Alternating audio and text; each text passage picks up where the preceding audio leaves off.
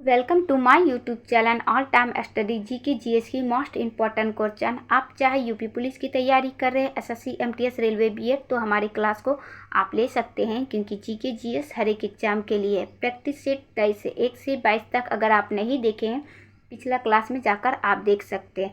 SSC MTS वाले बच्चे class को ज़रूर लें, क्योंकि अप्रैल में आपका पेपर है। यूपी कांस्टेबल वाले आपकी फॉर्म बहुत जल्द आने वाली है।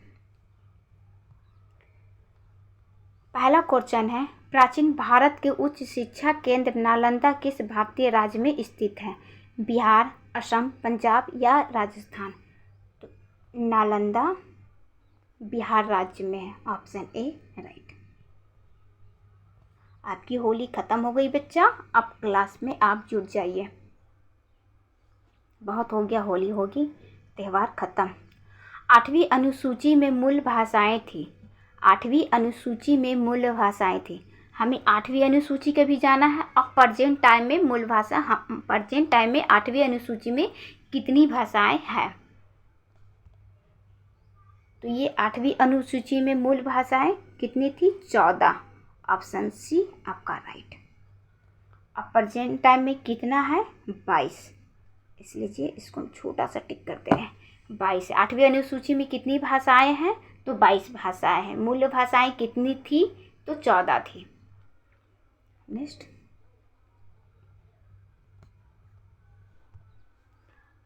यहाँ एक सेकेंड, ओ होगा बेटा, यहाँ पे लिख दे क्या?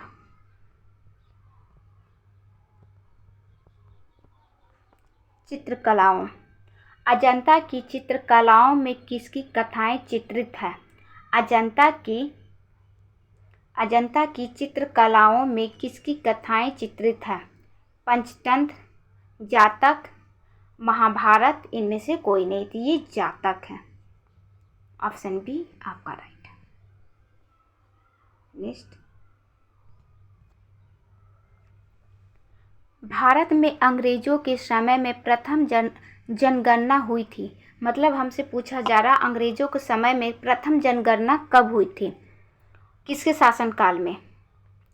लॉर्ड डलहौजी के कार्यकाल में, लॉर्ड मेयो के कार्यकाल में, लॉर्ड रिपन के कार्यकाल में, इनमें से कोई नहीं। तो प्रथम जनगणना किसके शासनकाल में? लॉर्ड मेयो के शासनकाल में। अब ये हुई कब थी, ये भी जानना जरूरी है।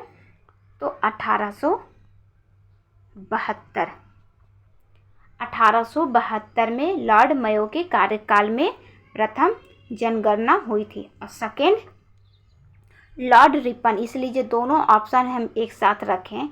लॉर्ड रिपन के कार्यकाल में कब? 1881 में लॉर्ड रिपन के कार्यकाल में, और लॉर्ड मेयो के कार्यकाल में 1872 में। नेक्स्ट, बच्चा क्लास में आप आए हैं तो लाइक सब्सक्राइब आप अपने लिए, लाइक आप हमारे लिए कीजिए। तो अगर आप सब्सक्राइब में हैं तो बहुत अच्छा, सब्सक्राइब में नहीं है तो हम अभी 2 सेकेंड का टाइम दे रहे। आप जल्दी से, जितने बच्चे क्लास में हैं सारे बच्चे जल्दी आप पहले सब्सक्राइब कर लीजिए, फिर इस क्लास को लीजिए। सब्सक्राइब करने से फ़ायदा ये होगा बच्चा कि जब भी हम क्लास लिया करेंगे तो आपके पास नोटिफिकेशन पहुंच जाएगा। फिर आप जब ये पूछते हैं कि मैम आप क्लास कब लेते हैं, तो पूछने की ज़रूरत नहीं होगी। अब कर लिए सब्सक्राइब। नेक्स्ट क्वेश्चन, भारतीय पुरातत्व सर्वेक्षण की स्थापना किसके काल में हुई थी? Warren Hastings, lord Wellesley, lord Curzon, lord Canning? तो ये हुई थी लॉर्ड कर्जन के कार्यकाल में। ऑप्शन डी आपका राइट है। सॉरी बेटा, एक मिनट गलत टिक लगा दिया हम। लॉर्ड कर्जन के कार्यकाल में, ऑप्शन सी आपका राइट है। कोई बात नहीं, थोड़ा मिस्टेक हो गया। लॉर्ड कर्जन के कार्यकाल में पुरातत्व सर्वेक्षण की स्थापना हुई थी। अब मैम इस चारों ऑप्शन, लॉर्ड वेलेंजिन, लॉर्ड हेस्टिंग, लॉर्ड वेलेंजिन, लॉर्ड कर्जन और लॉर्ड कैनिंग के कार्यकाल कब से कब तक था, हमें ये भी जानना जरूरी है, क्योंकि पेपर में कभी कभी ये पूछ लेता कि इनके कार्य कब से कब तक था। तो लीजिए आप एक एक करके। पहला क्या है, लॉर्ड हेस्टिंग, ये क्या थे, इनका कार्यकाल, थोड़ा वेट कीजिएगा, हम ऊपर से लिख देते हैं। चलिए यहाँ 1773 से 1785, 1773 से छोटे छोटे लिख दे क्या और मिनट, ये सी था ना।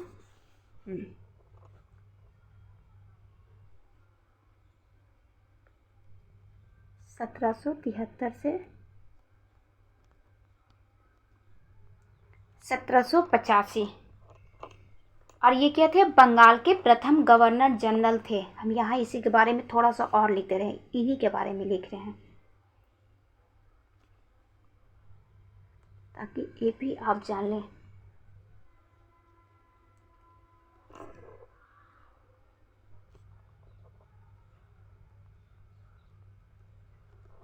प्रथम गवर्नर,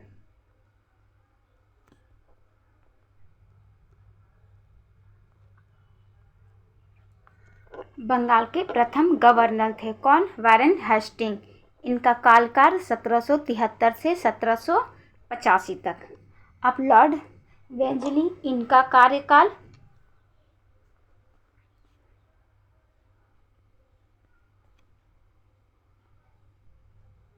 1798 से 1805 तक, 1798 से 1805 तक।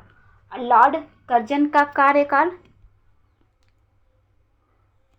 1899 से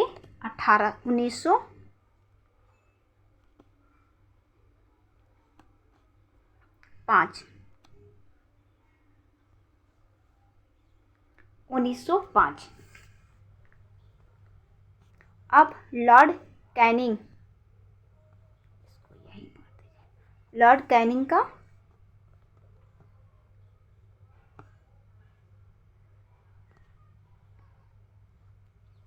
1856 से 1862,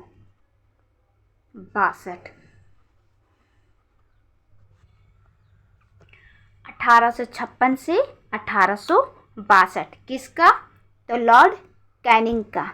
लॉर्ड कर्जन का 1899 से 1905 तक। लॉर्ड वेंजली का 1798 से 1805 तक।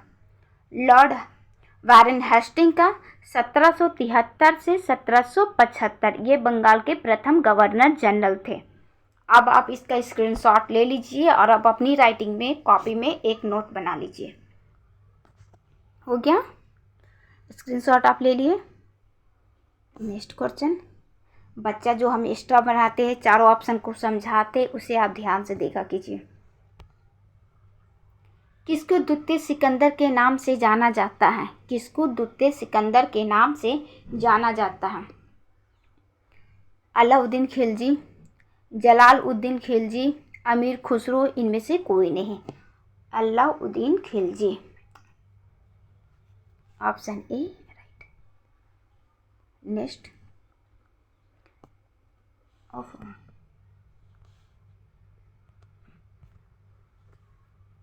निम्न में किसे आत्मघाती थैली कहा जाता है, निम्न में से किसे आत्मघाती, आत्महत्या, आत्मघाती, एटम बम, सब इन्हीं के नाम से, क्या हम यहाँ थोड़ा लिख दें,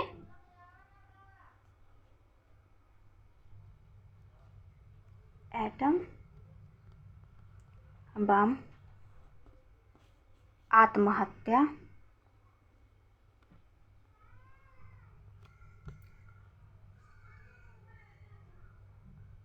आत्महत्या, आत्महत्या, आत्मघाती, एटम बम, सब एक ही नाम है।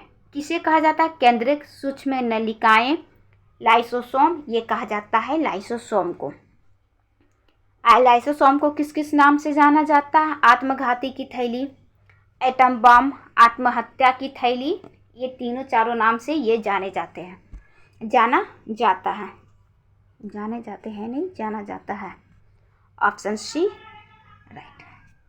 नेक्स्ट, आकाश या समुद्र की नीलिमा को मापने का यंत्र को कहा जाता है? आकाश या समुद्र की नीलिमा को मापने के यंत्र को कहा जाता है?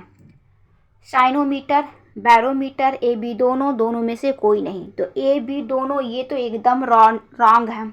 ये तो आपको देखते मान पता चल गया कि मैम ए बी दोनों रॉन्ग है, क्योंकि दो चीज़ एक का नाम नहीं हो सकता है। दोनों में से कोई नहीं, इसको अभी हम देखते हैं। आकाश और समुद्र को नीलिमा को मापने का यंत्र होता है साइनोमीटर। ऑप्शन ए आपका राइट है। तो मैम बैरोमीटर किसको नापता है?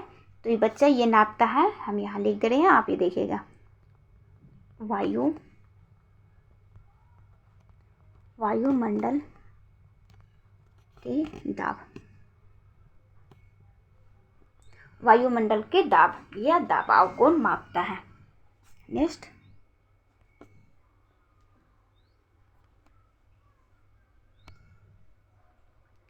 राज्यपाल को पद और गोपनीयता की शपथ किसके द्वारा दिलाई जाती है?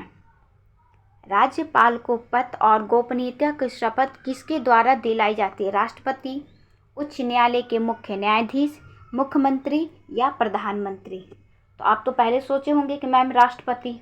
गलत, राष्ट्रपति नहीं है, ये है उच्च न्यायालय के मुख्य न्यायाधीश।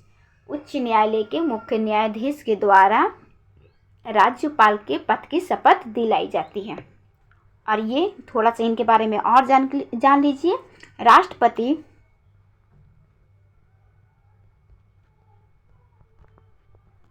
राष्ट्रपति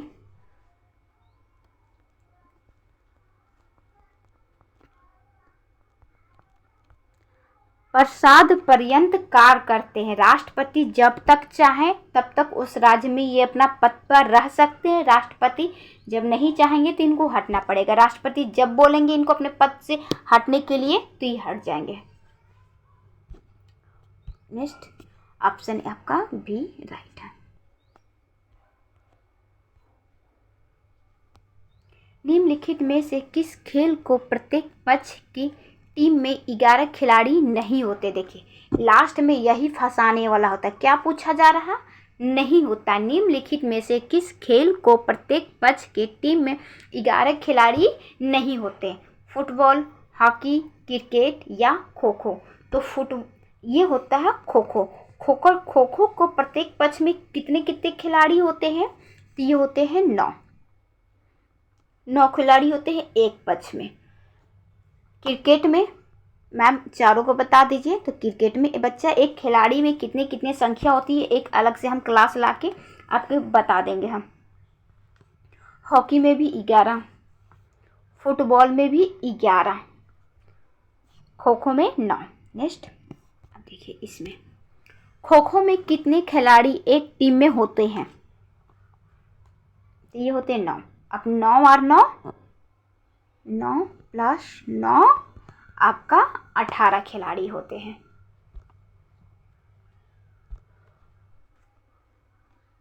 अब शुरू से आपको बता दें 11 किस में?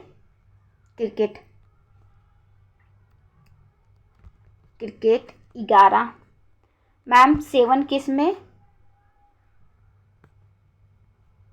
Water polo 7 water polo. Ma'am 5 बता दीजिए। तो 5 बच्चा बास्केटबॉल, यहाँ लिख दे छोटा सा।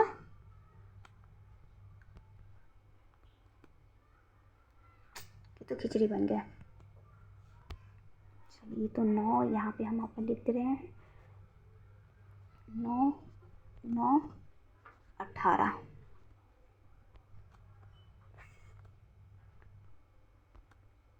क्रिकेट,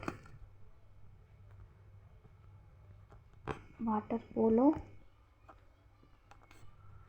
और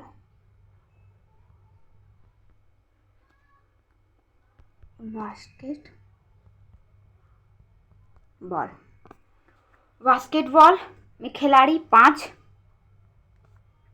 वाटर पोलो में 7 एक पक्ष में, क्रिकेट में 11। नेक्स्ट, डाक दिवस निम्न में से किस दिन मनाया जाता है? डाक दिवस निम्न में से किस दिन मनाया जाता है? 30 जनवरी, 9 अक्टूबर, 5 सितंबर या 15 अक्टूबर? तो सबसे पहले 30 जनवरी को तो हम सबको बच्चों को याद दिलवा दिए, आपसे इतना क्लास में हम रटवा दिए। 30 जनवरी को क्या मनाते हैं? शहीद दिवस। नाथूराम गोड द्वारा महात्मा गांधी जी को हत्या किया गया था। कब किया गया था? 1948 में, 30 जनवरी 1948 में। ये मनाते हम 9 अक्टूबर को, ऑप्शन बी राइट। 5 सितंबर को तो शिक्षक दिवस मनाते हैं। भारतीय संविधान का अनुच्छेद 17 संबंधित है। 17 में क्या कहा गया? अस्पष्टता का अंत, उपाधियों का अंत, ए बी दोनों में से कोई नहीं। तो ए बी दोनों तो सबसे पहले ही रॉन्ग हो गया। ये कहा गया है अस्पष्टता का अंत, मतलब छुआछूत का, ऑप्शन ए राइट। और उपाधियों का अंत 18 में है। नेक्स्ट बच्चा प्लीज क्लास में लाइक और सब्सक्राइब दोनों कर लीजिएगा। प्रथम एशियाई खेल किस देश में हुआ था? प्रथम एशियाई खेल किस देश में हुआ था? चीन, अमेरिका, जापान या भारत? अब इसके बारे में थोड़ा आप आराम से सुनिए। प्रथम एशियाई देश कहाँ हुआ था? भारत में हुआ था। अब ये कब हुआ था? कितने तारीख से कितने तारीख तक हुआ था? किस मंथ में हुआ था? ये भी जानना। अब भारत में हुआ था तो कहाँ हुआ था? क्योंकि इससे 4-5 क्वेश्चन बन सकता है आपका, तो हम ऐसा बता दे रहे हैं कि आपको इसके बारे में फिर जानने की कोई ज़रूरत ना हो। आप सुनिए। 4 मार्च से 11 मार्च तक। ऑप्शन 1951। 1951। अब हुआ कहाँ था? भारत में। तो भारत में कहाँ? भारत में दिल्ली। अब आपको इस खेल के बारे में, प्रथम एशियाई खेल किस देश में हुआ? भारत में। भारत में हुआ तो कहाँ हुआ? दिल्ली में। तारीख कौन सा, किससे किस तारीख तक? तो 4 मार्च से 11 मार्च तक। किस सन में? 1951 में। अब आप इसकी स्क्रीनशॉट ले लीजिए। नेक्स्ट, कवि वचन सुधा पत्रिका कहाँ से प्रकाशित हुआ था? कवि वचन सुधा पत्रिका कहाँ से प्रकाशित हुआ था? इलाहाबाद, काशी यानी कि बनारस, मिर्जापुर, इनमें से कोई नहीं। तो कवि वचन सुधा सबसे पहले कौन थे जो ये पत्रिका प्रकाशन किए थे? ये हुआ कहाँ से था? ये काशी से हुआ था। किसके द्वारा? भारतेंदु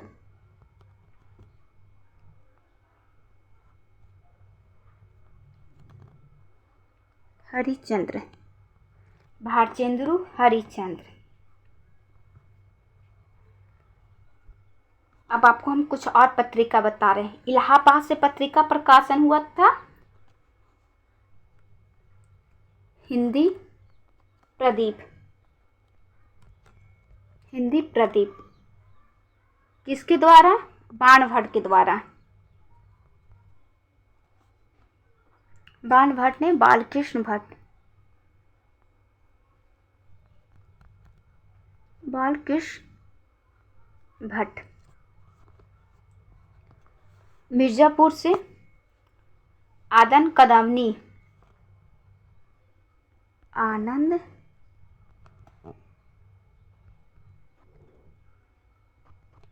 कदावरी। इसको किसने किए थे? बद्रीनाथ नारायण।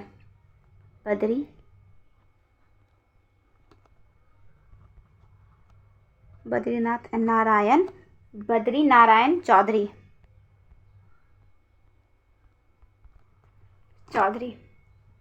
अब थोड़ा मैनेज करके आप पढ़ लीजिए इसको।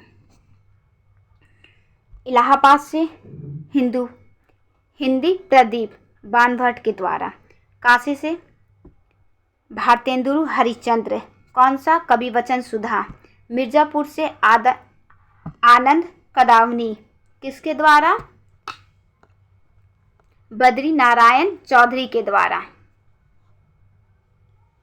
बच्चा, क्वेश्चन की संख्या अब हम इतना ही रखे हैं। हमको उम्मीद है कि आपको बहुत क्लास अच्छा लगा होगा। अगर क्लास अच्छा नहीं लगा तो आप कमेंट में बता दीजिएगा, मैम क्लास हमें पसंद नहीं था। आपको कुछ और भी चाहिए इसमें तो वो भी बता दीजिए, हम उसमें ऐड कर देंगे। इधर बीच हम करंट ऐड नहीं कर रहे हैं, लेकिन 2-4 दिन, 1 दिन 2 दिन रुक जाइए, हम उसमें करंट भी इंक्लूड फिर से कर देंगे। करंट इंक्लूड किए थे, लेकिन इधर 1-2 क्लास में करंट नहीं है। 2 दिन पहले आपकी मैराथन क्लास बची। जो बच्चे मैराथन क्लास नहीं देखे हैं वो मैराथन क्लास आप देख लीजिए। 7 से 8 क्लास एक साथ लिया गया है। अब बच्चा प्लीज़ लाइक सब्सक्राइब आप कर लीजिए। अब कुछ क्वेश्चन हम आपको दे रहे होमवर्क के लिए। निम्नलिखित में से किस खेल को प्रत्येक पक्ष में 11 खिलाड़ी नहीं होती है? फुटबॉल, हॉकी, क्रिकेट या खो खो? खो खो में कितने खिलाड़ी एक टीम में होते हैं, मतलब एक पक्ष में कितने खिलाड़ी होते हैं, और टोटल ये भी बताना है कि टोटल खो खो में कितने खिलाड़ी होते हैं। बच्चा, मैम फिर से आपसे कह रही है कि प्लीज़ सब्सक्राइब क्लास ज़रूर बताएं कीजिए कि क्लास आपके लिए सही है या नहीं है।